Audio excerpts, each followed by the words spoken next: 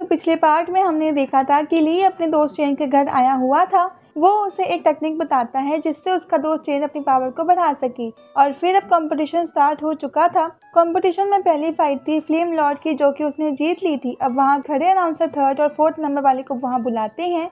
इस पार्ट की स्टार्टिंग पिछले पार्ट के आगे से ही होती है।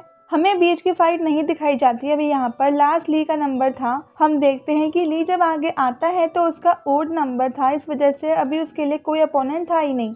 अब उसके लिए अपोनेंट नहीं था, इसलिए वहीं पर जो खड़े अनाउंसर कहते हैं कि तुम अपनी मर्जी से अपना अपोनेंट चुन सकते हो। सभी डेसिपल्स कह रहे थे कि मुझे चुनो, वैसे वो सभी स्ट्रांग थे। ली थोड़ा देखता है और फिर जो लड़का खड़ा हुआ था उसे चुन लेता है। वो लड़का बहुत पावरफुल लग रहा था। वो कहता है कि तुमने गलती कर दी ली, शायद तुमने सोचा होगा कि मैं कमजोर हूँ, लेकिन अब तुम आगे नहीं जा पाओगे क्योंकि अब मैं तुम्हें हारने वाला हूँ। दूसरी तरफ फ्लेम लॉर्ड का वो साथी उससे कह रहा था कि ली तो सच में बेवकूफ है, उसने इतने पावरफुल डेसिबल को क्यों चुना है। ये तो 4th लेवल के मिडिल स्टेज पर है, जबकि ली अभी 4th लेवल पर आया ही है। ये तो ली को आराम से हरा देगा। लेकिन अब फ्लेम लॉर्ड कहता है कि मुझे नहीं लगता कि ली इतना बेवकूफ है, वो बिना सोचे समझे ऐसा कोई फैसला लेगा नहीं। तो इसके पीछे जरूर ही उसकी कोई चाल है। वैसे होने का तो हो भी सकता है कि वो बस कॉन्फिडेंट होकर ऐसा फैसला ले रहा हो, लेकिन हमें इससे क्या। वैसे वहाँ पर चेन और लूना आपस में बात कर रहे थे, जहाँ चेन कह रहा था कि ली ने सच में कितनी बड़ी बेवकूफ़ी कर दी, वो इस लड़ाई को आराम से जीत सकता था। चेन बोलता है कि वो तो इस लड़ाई को 2 मिनट में खत्म कर सकता था, तो फिर उनमें से सबसे स्ट्रॉन्ग पर्सन को चुनने की क्या जरूरत थी। यहाँ चेन बार बार यही कह रहा था कि ली बेवकूफ है, लेकिन फिर लूना से पंच मारते हुए कहती है कि मुझे तो लगता है कि सबसे बड़े बेवकूफ तुम हो। अब हम यहाँ पर फाइट के दौरान देखते हैं कि वो लड़का वहाँ पर आ चुका था और बहुत कॉन्फिडेंट लग रहा था। वो आते ही अपने सोशल टेक्निक, जैसे वो सीरियस फिस्ट कहता है, उसका यूज करता है। इसमें वो ली को पंच करने वाला था, लेकिन ली वहां से गायब होकर तुरंत उसके पीछे आ जाता है और अपने स्पिरिचुअल पावर से उस पर अटैक कर देता है। नॉर्मली कहे तो बस उसे थोड़ा सा धक्का दे देता है, जिसकी वजह से वो लड़का वहां से दूर फेंक कर नीचे गिर पड़ा था। अब हम देखते हैं कि वहाँ एक नई बल्कि कई सारी फाइट एक साथ चल रही थी। इसके बाद अब हम वहाँ डीन के पास बैठे हुए थे, जहाँ पे कुछ मास्टर्स को देखते हैं। यहाँ पर जो मेल मास्टर थे वो कह रहे थे कि इस बार सच में डेसिपल्स बहुत प्रैक्टिस करके आए हैं, क्योंकि कुछ फाइट्स वहाँ बहुत देर तक चल रही थी। अब वहीं बैठी फीमेल मास्टर कहती है कि ये सब तो ठीक है, पर असली कंपटीशन इससे बिल्कुल अलग होगा, क्योंकि वहाँ के लोग सच में बहुत ज्यादा ताकतवर हैं। उनकी स्पिरिचुअल इल्म से हमसे बहुत ज्यादा आगे है, और खास करके उनकी मार्शल आर्ट को रोक पाना हमारे डेसिपल्स को अभी तक नहीं आता। मास्टर कहते हैं कि हाँ, तुमने ये बात सही कही, इस बार वो हमारे पास भी पावरफुल डेसिपल्स हैं, तो शायद अब हम भी जीत सकते हैं। मगर अब वो मेल मास्टर कहने लगते हैं कि कहीं तुम ली और फ्लेम लॉर्ड की बात तो नहीं कर रही। तो इस पर लेडी मास्टर हाँ करती है। तो मेल मास्टर कहते हैं कि वो दोनों स्ट्रांग है, लेकिन दूसरी सिटी के उन लड़कों के सामने वो कुछ भी नहीं कर पाएंगे, क्योंकि दूसरी सिटी के डेसिपल्स कुछ ज्यादा ही हार्ड ट्रेनिंग करते हैं। उनकी कल्टिवेशन बचपन से ही बहुत ज्यादा पॉलिश्ड होती है।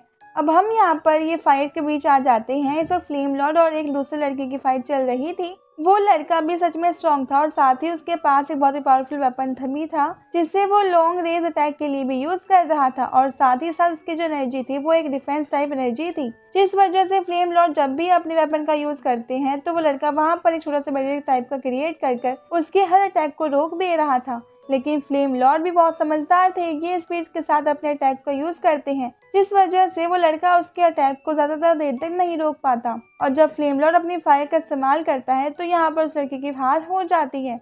इसके बाद अब अगली फाइट के लिए ली के दोस्त युआन को बुलाया जाता है, और उसकी फाइट अभी एक दूसरी लड़की से हो रही थी। लेकिन अब फाइट के पहले ही युआन कहता है कि तुम अगर चाहो तो तुम हार मान सकती हो, क्योंकि मैं तुमसे फाइट नहीं करना चाहता। पर वो लड़की कह रही थी कि नहीं, मैं तुम्हें हरा कर ही रहूंगी। अब हम देखते हैं कि यहाँ पर वो लड़की पहले हमला करना स्टार्ट कर देती है, और अभी ली का दोस्त युआन बस उसके अटैक से बच रहा था। कुछ देर तक बचने के बाद वो अब अपनी पावर को एक्टिवेट कर ही लेता है। वो ज्यादा कुछ पावर यूज नहीं कर रहा था, वो सिर्फ अपने हाथ में अपनी स्पिरिचुअल एनर्जी से उसके अटैक को रोक रहा था। कुछ देर ऐसे ही करते हुए अब जब वो लड़की अपनी तलवार उसकी तरफ चलाने वाली थी तो युआन उसकी तलवार पकड़ लेता है। ये देख कर वो लड़की शॉक थी। वो कहती है तुम्हारी स्ट्रेंथ और तुम्हारी स्पीड को देखते हुए पता चल रहा है कि तुम 4th लेवल के लास्ट स्टेज पर हो। यहाँ ली इस फाइट को बहुत ही ध्यान से देख रहा था, जिस वजह से लूना थोड़ी सी जेलस थी। और उसके बाद फिर ली को फाइट के लिए बुलाया जाता है, और उसकी फाइट होने वाली थी उसी लड़के से जिस लड़की की फाइट अभी फ्लेम लॉर्ड के साथ हुई थी। यहाँ पर वो आकर वो लड़का कह रहा था कि तुम तो कमजोर लग रहे हो, अब तो मैं तुम्हें आसानी से सिलेक्ट हो जाऊंगा। लेकिन ली कहता है कि तुम पहले ही ये एक राउंड हार चुके हो, तुम्हें दिन में सपना नहीं देखना चाहिए कि तुम मुझे हरा सकते हो। आज तुम्हारा बैड लक चल रहा है, तुम्हें मुझसे फाइट करनी पड़ेगी। अब इस बात से जो गुस्सा होकर वो लड़का तुरंत ही अपना वेपन उठाता है और ली पर हमला करना स्टार्ट कर देता है। ली भी अपनी स्पिरिचुअल एनर्जी से उसके वेपन को पकड़ते हुए पीछे की तरफ फेंक रहा था, लेकिन अभी भी उस लड़के ने हार नहीं मानी थी। वो अपने अटैक को और ज्यादा पावरफुल तरीके से यूज करना स्टार्ट कर देता है। ली यहाँ पर अपने हैंड साइन का यूज करना स्टार्ट कर देता है। ये एक अलग तरह की मार्शल आर्ट थी, इसे ड्रैगन फॉर्म मार्शल आर्ट कहा जाता है। तो इस चीज को देखकर वहाँ डीन शॉक थे। वो बाकी सभी मास्टर से कहते हैं कि क्या मैं इसे सही समझ रहा हूँ, ये तो ड्रैगन स्टाइल मार्शल आर्ट है ना। ली ने अपनी टेक्निक को पॉलिश किया है, ये तो सच में कमाल की बात है। हम देखते हैं कि जो मास्टर्स वहाँ बैठे थे वो भी कहते हैं कि ये तो सच में कमाल की बात है। इसके बाद अब वहाँ पर ली ने उस टेक्निक का यूज करते हुए उस लड़के को हरा दिया था। उसने जैसे ही उसे पंच किया तो वो लड़का वहाँ से बहुत ज्यादा दूर फेंक गया। ये चीज देखते हुए डीन और वो मास्टर लोग साथ ही बाकी सभी बहुत ज्यादा शॉक हो रहे थे। अब यहाँ पर अगली फाइट चालू होती है उस लड़की की जिस लड़की ने युआन के साथ फाइट की थी, और इस बार उसकी फाइट हो रही थी फ्लेम लॉर्ड के साथ। फ्लेम लॉर्ड अपनी पावर को एक्टिवेट करते हुए आगे बढ़ रहे थे। दोनों के बीच में फाइट स्टार्ट होती है। दोनों ही अपने अपने वेपन का यूज कर रहे थे, लेकिन फ्लेम लॉर्ड यहाँ पर थोड़ा ज्यादा ताकतवर था। दरअसल उसकी जो स्ट्रेंथ है वो ज्यादा थी। वो कहता है कि तुम मुझसे नहीं जीत सकती हो, इसलिए तुम्हें मुझसे लड़ना ही नहीं चाहिए था। और इसके बाद वो लड़की को थोड़ा पीछे फेंक देते हैं, लेकिन उस लड़की ने भी हार नहीं मानी थी। लेकिन फ्लेम लॉर्ड आगे बढ़ते हुए कहते हैं कि तुम मुझे नहीं हरा सकती, ये बात मान लो। और इसके बाद ये पार्ट यहीं पे खत्म हो जाता है। अब अगर आपको वीडियो अच्छी लगी फिर से लाइक कर दीजिएगा और चैनल सब्सक्राइब जरूर से कर लीजिएगा। अब मिलते हैं आपसे अगले वीडियो, तब तक के लिए bye bye guys and take care.